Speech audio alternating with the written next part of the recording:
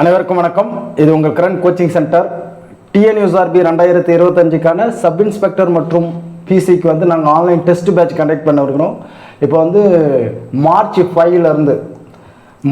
5லேருந்து நாங்கள் வந்து ஸ்டார் 25 அப்படின்னு சொல்லிட்டு உங்களுக்கு வந்து செகண்ட் பேட்ச் 2 ஸ்டார்ட் பண்ணுறோம். டெஸ்ட் பேட்ச் 2 ஸ்டார்ட் பண்ணுறோம். ஸ்டார் 25 இந்த டெஸ்ட் பேட்சில் ஜாயின் பண்ண விருப்பம் இருக்கிறவங்களுக்கு டிஸ்கிரிப்ஷன் கீழே வாட்ஸ்அப் லிங்க் இருக்குது. அந்த லிங்க்கில் ஜாயின் பண்ணுங்கள். மற்ற டீட்டெயில் எல்லாமே நாங்கள் உங்களுக்கு எக்ஸ்பிளைனாக சொல்லுவோம். இப்போ வந்து நம்ம பார்க்க போகிறது வந்து லாப நஷ்ட கணக்குகளை தான் நம்ம இப்போ பார்க்க போகிறோம். அது ரொம்ப முக்கியமான கொஷின்ஸ். இதெல்லாம் தெரிஞ்சால் தான் நம்ம வந்து பை சார்ட்டில் வென்டேகிராம் இதில் எல்லாமே நம்ம வந்து இந்த கணக்கு இந்த லாப நஷ்டம் தள்ளுபடி இதெல்லாம் தெரிஞ்சால் மட்டும்தான் நம்ம அதில் போய் நம்ம ஈஸியாக ஸ்கோர் பண்ணலாம். இது வந்து நாங்கள் வாக்கி சூடவா டெஸ்ட் பேட்சில் டெஸ்ட் நம்பர் 14 அதுக்கான கொஷின் பேப்பர் தான். இது டிபார்ட்மெண்ட் கேண்டிடேட்டுக்கு வந்து இந்த கொஷின் பேப்பரை ஷோ பண்ணுன்றதுக்காக இந்த வீடியோ எடுத்துக்கிறோம். அப்போ பாருங்கள், இப்போ உங்களுக்கு கொஷின்ஸ் எல்லாம் இப்படி தான் இருக்கும். அதாவது எக்ஸாம் பாயிண்ட் ஆஃப் வியூவில் பிஎன்எஸ்எஸ்லேருந்து இப்போ கொஷின் இப்படி தான். டிபார்ட்மெண்ட் கோட்டாவுக்கு நாங்கள் ரொம்ப உங்களுக்கு எந்த அளவுக்கு கொஷின்ஸ் இருக்குன்னா நீங்கள் இப்போ பார்க்கக்குள்ளே தெரியும்.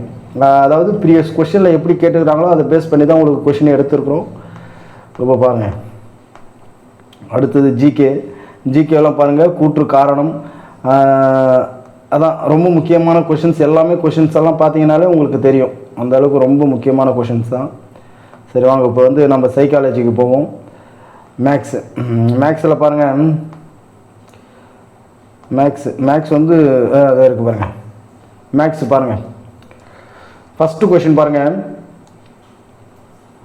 ஒரு குடையின் குறித்த விலை 70 68க்கு விற்கப்பட்டால் தள்ளுபடி சதவீதம் என்ன அப்படின்னு கேட்டிருக்கிறாங்க.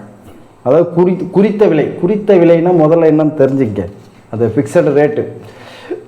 ஒரு குடையின் குறித்த விலை 80ன்ட்டான், 68க்கு விற்கிறான். அவங்க கேட்குறது என்ன கேள்வியை தான் நம்ம தெரிஞ்சுக்கணும். தள்ளுபடி சதவீதம் என்னன்னு கேட்குறாங்க. ஆல்ரெடி நான் உங்களுக்கு பர்சன்டேஜ் வீடியோவை போட்டிருப்பேன். அதில் எப்படி ஈஸியாக நம்ம அப்ரோச் பண்ணலான்னு உங்களுக்கு கணக்கே சொல்லியிருப்பேன். இப்போ பாருங்களேன், இப்போ 80 அந்த 80 தான் வந்து என்னது அவங்க குறித்த விலை, அதாவது அவங்களுடைய ஃபிக்ஸட் ரேட்டு. இப்போ அதுதான் 100%. அவங்க என்ன கேட்குறாங்க, 68க்கு விற்கிறாங்க.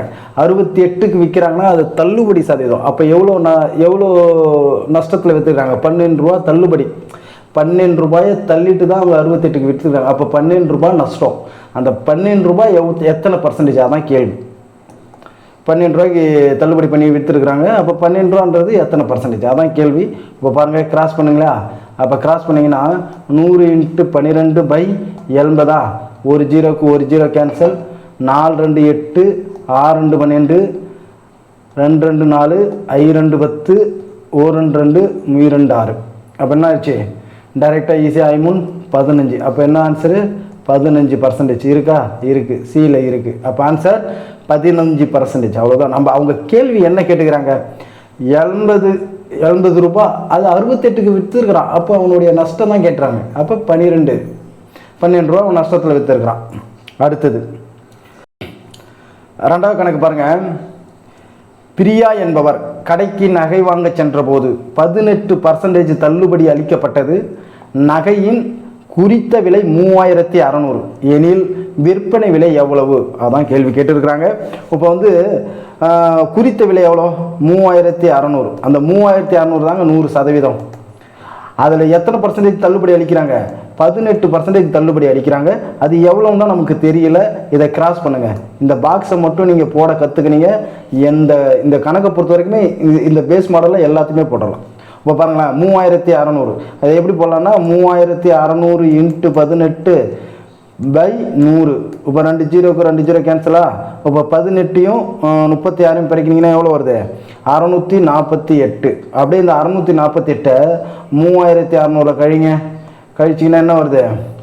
2 5 9 2 2952. ஆன்சர் ஏ தான் ஆன்சர். புரியுதுங்களா? அடுத்தது மூணாவது கணக்கு பாருங்கள். அருண் என்பவர் ஒரு கணினியை குறித்த விலையில் இருந்து 20% தள்ளுபடியில் வாங்கி பின்பு குறித்த விலையில் 20% லாபத்தில் விற்கிறார் எனில் அவர் அடைந்த லாப சதவீதம் என்ன அப்படின்னு கேட்டுக்கிறாங்க. நமக்கு இதில் குறித்த விலையே கொடுக்கல. அது மாதிரி கொடுக்கல அப்படின்னுக்குள்ள நம்ம என்ன பண்ணணும்னா குறித்த விலை வந்து 100 ரூபான்னு வச்சுக்கணும். இப்போ 100 ரூபாயில் ஃபர்ஸ்ட் என்ன பண்ணுறாரு, 20% தள்ளுபடியில் வாங்குறாரு. அப்போ 20% தள்ளுபடினா எவ்வளோ கிடைக்கும், 70 ரூபா தான் கிடைக்கும். தள்ளுபடி 70 ரூபாய்க்கு வாங்கியிருக்கிறார், புரியுதுங்களா? அப்போ 70 ரூபாய்க்கு குறித்த விலையிலேருந்து 20% லாபத்தில் விற்கிறார். குறித்த விலை எவ்வளோ, குறித்த விலை தான் நம்ம என்னன்னு போட்டுக்கிறோம், 100ன்னு போட்டுக்கிறோம். அப்போ இது வந்து தள்ளுபடி, இது வந்து லாபம். இப்போ லாபம் எவ்வளோ விற்கிறாரு, 20%. அப்போ 20%னா எவ்வளோ, 120க்கு விற்கிறார். அப்போ அவர் அடைந்த லாப சதவீதம் அப்போ எவ்வளோ, 70 ரூபாய்க்கு வாங்கி, இப்போ நல்லா பாருங்கள், இதுதான் கணக்கு. அவர் ஃபஸ்ட்டு எவ்வளோ வாங்குறாரு, 80 ரூபாய்க்கு வாங்கினார். எவ்வளோ லாபத்தில் விற்கிறாரு, 120 ரூபாய்க்கு விற்கிறாரு. அப்போ 80 ரூபாயிலேருந்து எவ்வளோ அதிகமாக விற்றுருக்கிறாரு, 40 ரூபாய் அதிகமாக விற்றுருக்கிறாரு. இன்ட்டு குறித்த விலை எவ்வளோ, 100 ரூபா. அதாவது அதான் நம்ம குறித்த விலை எவ்வளோன்னு வச்சுக்கிறோம், 100 ரூபான்னு வச்சுக்கிறோம்ல, சதவீதம் அவ்வளோதான். இப்போ பாருங்களேன், ஒரு 40 40 7 40 80 அடித்தா 50%. அப்போ ஆன்சர் என்னது, டி 50%. மூணாவது கணக்கு புரியுதுங்களா? நாலாவது கணக்கு பாருங்கள். ஒரு கடைக்காரர் தனது வாடிக்கையாளர்களுக்கு 25% தள்ளுபடி தந்தும் 20% லாபம் அடைகிறார். அப்பொருளின் உண்மை விலை 1200 எனில் அப்பொருளுக்கு கடைக்காரர் குறித்த விலை எவ்வளவுன்னு கேட்டிருக்கிறார். பாருங்க, உண்மை விலை எவ்வளோ, 1200. எவ்வளோ பர்சன்டேஜ் தள்ளுபடி பண்ணியிருக்கிறாரு, 25% தள்ளுபடி பண்ணிக்கிறாரு. அப்போ அந்த 1200 தான் 75%. தள்ளுபடி தந்து 20% லாபம் அடைக்கிறாரு. அப்போ 25% தள்ளுபடி தந்தோம். அப்போ எவ்வளோ, 20% லாபம் அடைக்கிறார். அப்போ மொத்தம் எவ்வளோ, 120%. அப்போ இது எவ்வளோன்னு கண்டுபிடிச்சாலே ஆன்சர் முடிஞ்சிருச்சுங்க. இப்போ கிராஸ் பண்ணிங்களா? இப்போ 1200 இன்ட்டு 120, 1200 இன்ட்டு 120 பை 75. இதை அப்படியே அடிக்க பார்ப்போம். எப்படி அடிக்கலாம், 1 5 5 5 5 25, 2 5 10 4 5 20, 3 5 5, 2 5 10 4 5 20 240, 1 3 3 8 3 24. அப்போ 240 இன்ட்டு 8 பெருக்குனீங்கன்னா என்ன வருது, 4 8 32க்கு 2 மீதி 3, 1 8 2 16, 16 3 19, 0 சேர்த்துக்க வேண்டியதான், 1920. ஆன்சர். அஞ்சாவது கொஸ்டின் பாருங்க. ஒரு வானொலியின் குறித்த விலை 480. கடைக்காரர் அப்பொருளின் மீது 10% தள்ளுபடி அளித்தும் அவர் 8% லாபம் பெறுகிறார். அவர் தள்ளுபடி அளிக்காமல் இருந்திருந்தால் அவருடைய லாபம் என்ன அப்படின்னு கேட்டுக்கிறாங்க. ஆக்சுவலாக ஒரு வானொலியுடைய குறித்த விலை ஆல்ரெடி அவர் ஃபிக்ஸ் பண்ணிட்டார். அப்போ அடக்க விலை நமக்கு தெரியல. அப்போ என்ன பண்ணணும், இப்போ குறித்த விலை 480. அப்போ அந்த 480 தான் 10% தள்ளுபடி அளித்து எத்தனை, 8% லாபத்துக்கு அதை விற்றுருக்கிறார் 480. அப்போ அதுதான் 108%. இப்போ அவர் 10% தள்ளுபடி அளித்தோம். அப்போ ஆல்ரெடி என்ன, அப்போ 90%க்கு இந்த பொருள் என்ன பண்ணியிருக்கிறாரு, கொடுத்துருக்கிறாருன்னு அர்த்தம். அப்போ 90% எவ்வளோன்னு கண்டுபிடிச்சா நம்மளுக்கு அடக்க விலை தெரிஞ்சிடும். கிராஸ் பண்ணுங்களா, 480 இன்ட்டு 90 பை 108. இதை அடிங்க அப்படியே, அடித்தா என்னது 9 அடிக்கலாமா, 9 90, 1 9 2 18, 1 12 12, 4 48. அப்போ 0 40, 40 இன்ட்டு 10 400. அப்போ என்னது, அந்த 400 தான் அடக்க விலை. இப்போ நமக்கு அடக்க விலை 400ன்னு தெரிஞ்சிருச்சு. அவர் தள்ளுபடி அளிக்காமல் இருந்திருந்தால் அவருடைய லாபம் என்னன்னு கேட்டிருக்கிறாங்க. இப்போ 400 ரூபா தான் அவருடைய அடக்க விலை. எவ்வளோக்கு விற்றுருக்கிறாரு, 480க்கு விற்றுருக்கிறாரு. அப்போ 80 ரூபா தான் என்னது அவருக்கு லாபம். அப்போ இன்ட்டு 100.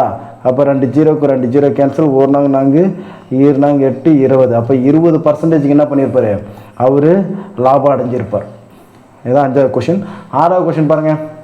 ஒரு வியாபாரி தன்னிடம் இருந்த சரக்குகளின் விலையை அடக்க விலையில் இருந்து 40% உயர்த்தி குறித்தார். பின்பு விற்பனையின் போது 25% தள்ளுபடி அளித்தார் எனில் அவர் அடைந்த லாபம் எவ்வளவு அப்படின்னு கேட்டுக்கிறாங்க. ஒரு வியாபாரி தன்னிடம் இருந்த சரக்குகளின் விலையை அடக்க விலையில் இருந்து 40% உயர்த்துகிறார். அப்போ அடக்க விலை என்னன்னு நமக்கு தெரியல. அப்போ 40% உயர்த்தி பின்பு விற்பனையின் போது 25% என்ன பண்ணிக்கிறாரு, தள்ளுபடி பண்ணிடலாம். அப்போ அடக்க விலை நமக்கு தெரியாதனால நம்ம என்ன பண்ணிக்கிறோம், 100ன்னு எடுத்துக்கிறோம். இப்போ 100லேருந்து 40% உயர்த்தினா எவ்வளோ ஆகும், ப்ளஸ் 40%னா 140. அப்போ 140க்கு என்ன பண்ணியிருக்கிறாரு அவர், 40% உயர்த்துக்குள்ளே 140ன்னு வந்துருச்சு. அப்போ 25% தள்ளுபடி அளிக்கிறார். அப்போ 40%ல் 25%, நல்லா பாருங்கள், ஒரு ஸ்தானம் தள்ளி புள்ளி வச்சா 10%, 10% 14னா 10% 14னா அப்போ 20% எவ்வளோ, 28. அப்படியே 25% எவ்வளோ, 10ல் பாதி 7. அப்போ 28 ஒரு 7ம் 35, அவ்வளோதான். அப்போ 35. அப்போ 25% எவ்வளோ, 35. 25% தள்ளுபடி அளிக்கிறார். அப்போ 35 மைனஸ் பண்ணிங்கன்னா என்ன வருது, 115 வருதா. 35% தள்ளுபடி 105, சார் 105 வருதுங்களா. 35% அவர் தள்ளுபடி அளிக்கிறார். அப்போ லாபம், அப்போ என்னது லாபம் எவ்வளவு அப்படின்னு கேட்குறாங்க. அப்போ 105 தான் என்னது அவருக்கு லாபம். அப்போ என்னது நம்ம என்னது 100ன்னு எடுத்துக்கணுமா அடக்க விலையா. அப்போ 100 ரூபாயில் அவருக்கு எவ்வளோ லாபமா, 5 ரூபாய் லாபம் இன்ட்டு 100. அப்போ 100க்கு 100 கேன்சல், மீதி என்னது 5%. 5% இருக்கா, டி தான்.